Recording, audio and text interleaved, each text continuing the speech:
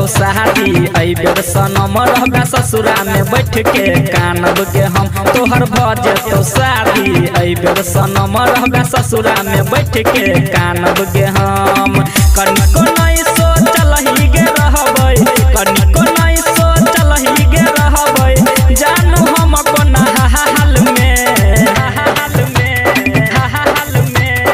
सैया के प्यार जब मिलतो के तोरा भूल जबे एक साल में है गैया के प्यार जब मिलतो के तोरा भूल जबे एक साल में ये चीज भूल जबे एक साल में सैया के प्यार जब मिलतो के तोरा भूल जबे एक साल में रहबे कुछ दिन और हमारा पास गे चल जभी तब दोसरा के साथ गे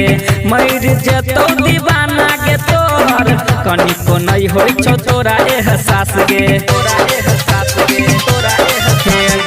रहबे कुछ दिन और हमारा पास गे चल जभी तब दोसरा के साथ गे मर जेतो ई दीवाना गे तोहर कनिको नहीं होई छो तोरा एहसास गे रात दिन घुर सपना में बही रात दिन घुर सपना में बही रहबे तू ही खयाल में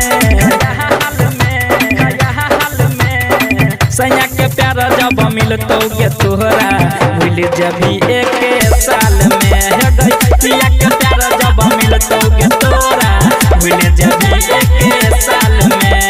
ये चीज भूल जभी एक साल में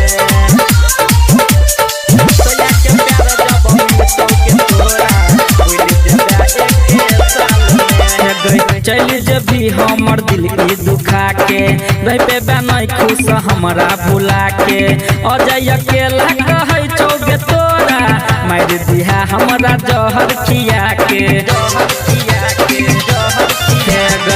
चल जभी हमर दिल